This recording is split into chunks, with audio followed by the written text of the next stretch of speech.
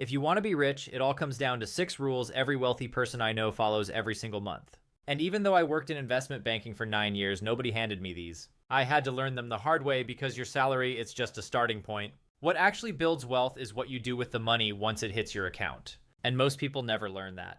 The first rule is the one that rewired how I think about money entirely. And it comes down to a single equation. That is the wealth equation. And once you see it, you can't unsee it. There are only 3 things you can do with your money.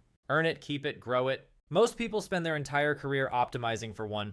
The wealthy optimize for the other 2. Here's what I mean. The gap between what you earn and what you spend is the only number that determines whether you get richer or stay stuck. Everything else, the job title, the bonus, the postcode, that's all just a distraction from what really matters. I worked in banking for 9 years and I was seeing people earn silly amounts of money, huge salaries, but virtually no gap. The number on that payslip was huge. The number that actually mattered was 0. And this is what I mean. Someone earning, say, $80,000 who spends $70,000 builds less wealth than someone earning $40,000 who spends $25,000. The first person saves $5,000 a year. The second saves $15,000. 3 times more on half the salary, and you can widen that gap 2 ways. Earn more or spend less. We'll come back to which one has more leverage, but first the equation itself. Wealth isn't about income, it's about the gap. The obvious question is, do you actually know what your gap is right now? Because most people don't. And that's where rule 2 comes in, the income multiplier. And this is one of the most overlooked rules in personal finance. Your spending has a floor. You can only cut so much, but your income doesn't have a ceiling. So why does every piece of money advice start with cutting back? I tested this in my own career. Over 9 years in banking, I went from earning $35,000 to $120,000 base salary. And I've broken down every year of that progression in another video, which I'll link right here. And the thing I'll tell anyone starting out now is that the difference between those 2 numbers wasn't cutting subscriptions. It wasn't skipping coffees. It was negotiating. It was switching jobs. And it was asking for what I was worth. The cutting side of the equation never moved my life, but the earning side very much did. So if you think about it, if you're spending $2,000 a month, the absolute most you can save by cutting is $2,000, and only if you live on nothing. That's your flaw. But your income? There's no version of the maths where you've earned the maximum. A pay rise, a side income, a new skill, a different job. Every one of those moves the ceiling up, and that ceiling actually doesn't exist. This is why 2 people with the same expenses can end up in completely different places. One spent 10 years getting really good at saving every single month. The other spent 10 years getting really good at earning every single month. It's the same discipline. It's the same effort, but often it's 10x the result.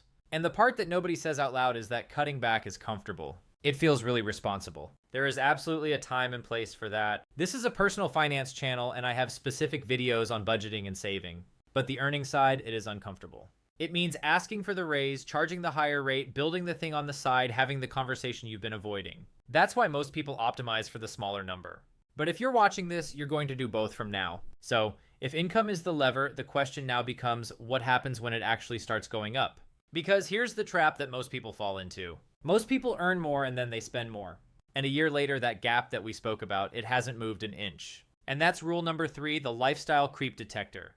In my first year in investment banking, I bought a white Audi A3 convertible. It was secondhand, but still. It was $15,000 in cash, and that was 13 years ago. So obviously worth more today. And I paid it from the savings that I'd built up from working in retail whilst I was at uni, and also from the paycheck I was getting whilst in banking. I told myself I deserved it. I got the graduate offer that was very competitive, and this was my reward. I absolutely didn't need a new car. I just wanted what I thought a graduate banker was supposed to drive. A year in, a friend on the same scheme, same starting salary, same year, used her version of that money as a deposit on a house. And at the time, it felt like she was being boring and that I was enjoying the job. But looking back, I'd absorbed my pay rise into something that lost value the moment I drove her home. She put hers into something that has since doubled. Same income for the same year, 2 completely different positions from that money a decade later. That's what's called lifestyle creep, and I've fallen into it. And I'm not alone. A study found that 26% of people earning 6 figures still live paycheck to paycheck. It's something that most people don't realize because it happens so slowly. But rule number 3 is the lifestyle creep detector, and you need one.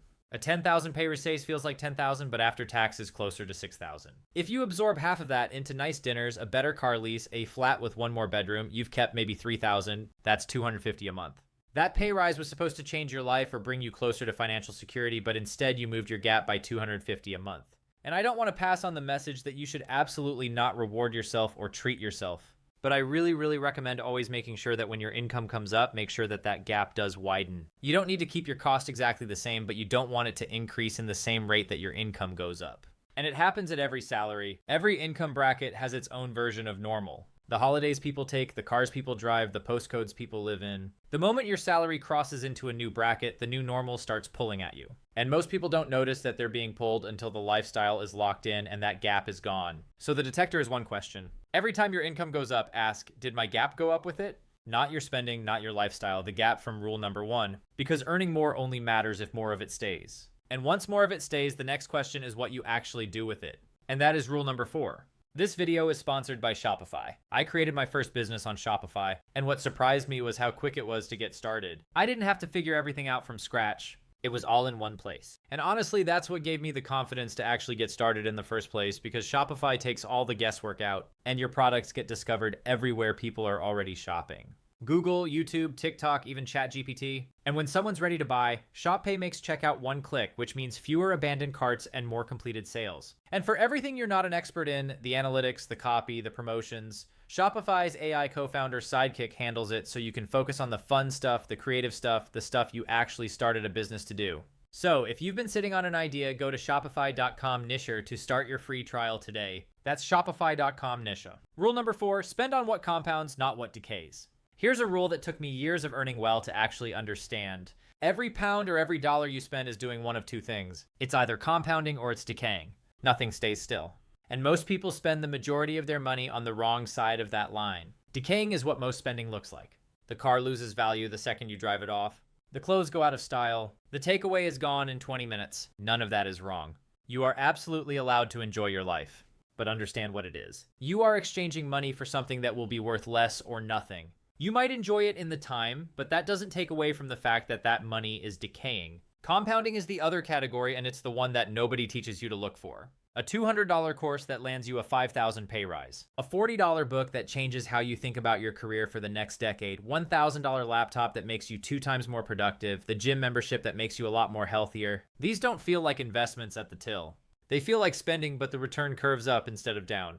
And here's the question that will really change how you spend. And look at it from this lens. In 5 years, will I still be glad that I bought this thing? If the answer is yes, it's probably compounding. If you can't answer the question, it's probably decaying. That single filter applied consistently redirects thousands a year towards things that actually move your life. And just remember that compounding spending doesn't have to be financial. As we've discussed, it doesn't have to be stocks, property, investments. It can be on spending on things that pay you back in other ways. A coach, a house cleaner, a meal planning service, a mentor, a flight to be in the right room. The bills that bill might look expensive in the moment, but that return over time can make it a very cheap purchase in comparison. Rule number 5, build one asset that earns while you sleep. Think about how a salary works. You trade an hour and you get paid for an hour. If you stop trading hours, the money stops. There's a hard ceiling on how many hours you have, and there's a hard floor on how little sleep you can survive on. That's the maths of every job, every freelance gig, every consulting day rate. Time in, money out. The moment you stop, that income stops. An asset breaks that maths. An asset is everything you build once that keeps paying you. It's a course that you record in a month and sell for the next 5 years. It's a book that sells on for years. It's a YouTube channel. It's a rental property. It's a piece of software. It's equity in a company. The work for most of these is front-loaded. The income isn't. I want to explain how this looks like in numbers. If you spend 100 hours building something that earns you $500 a month, that's $6,000 a year for hours you've already worked. Year 2 is still $6,000. Year 3 is the same. By year 5, you've earned $30,000 from that initial 100 hours of work. That's $300 an hour, and it keeps going. No salary on earth pays like that because no salary is detached from your time. I'm always encouraging people and talking about on this channel ways to earn money outside of your day job. One person in my community, they were also challenged by our business coach to get started on their YouTube channel and just get to 250 subscribers by the time they come to the next coaching call. And I kind of had a homework from you to reach out to achieve 250 subscribers. I now have 1,000. She came back with 1,000 subscribers and it took her 3 months and now she's on her way to monetize. That's 3 months of going all in, and now she could potentially scale that within your next couple of videos. Maybe if you had an idea about, I don't know, a checklist or a PDF guide or a quiz or something like that that you think would add value to your viewers' world, but they would be willing to part ways with their email address and their name at the very least. And then you can then get them into an email list, a simple email list. So my personal favorite is Kit. By the way, if you want to know more about this community or learn more specifically from this business coach, Robin, I've linked his book and the membership in the description. We currently have a promotional and you can find all the details below. So, if you've earned more, you've protected the gap, you've spent on what compounds and build something that pays you when you're not there, you've already done more than 95% of what most people will. But there's one rule left, and it's the one that nobody teaches because it's not a tactic. Is the thing that all 5 of the other rules depend on. And rule number 6 is stay around money longer than feels comfortable. As the saying goes, if you're the smartest person in the room, you're in the wrong room. And one of the biggest predictors of wealth, it isn't intelligence, it's proximity. It's who you spend your time around. It's what's normal in the rooms that you're in. And most people leave those rooms too early because staying in it feels uncomfortable. Every income bracket has its own version of normal. In one room, a $30,000 salary is the goal. In another, it's the floor. In one room, owning a home is the dream. In another, it's the starter move. In one room, building a business is risky. In another, not building one is risky. But the room you spend the most time in is slowly going to become your ceiling. Your standards will calibrate to the people around you. And it's not that you should stop spending time with the people you're hanging out with. It just means you need to open up doors to other rooms where the possibilities of what you can achieve are different. And this is probably harder said than done because when you walk into a room where everyone earns more than you, builds more than you, knows more than you, your first instinct is to leave. It feels like you don't belong, like you're behind, like everyone can tell that you're not where you're supposed to be. So, you go back to the room that you're comfortable in, where you're the smartest person, where the conversations make sense, and your earning capacity stays exactly where it was. Some of the most successful people I know didn't avoid that discomfort. In fact, they pushed into the rooms where they felt out of place, whether it was the conference, the dinner, the job, the friend group, the industry, long enough for that standard to become their standard, long enough to learn what those people knew, long enough that 6 figures stopped sounding like a lot of money because nobody around them was talking like it was one. This rule is so often overlooked, but it is one of the most important on this entire list because you can know the wealth equation. You could focus on your income, you could dodge the lifestyle people, you could spend on things that compound and build an asset. But if you don't have that community around you, if you aren't around people who also want to be better with money, grow their wealth, are comfortable with talking about money, then it does make it so much harder to keep up the momentum and the consistency to want to achieve more. That is it. Thank you so much for watching. If you like this video, I've also made a video that covers most things that you need to know about money.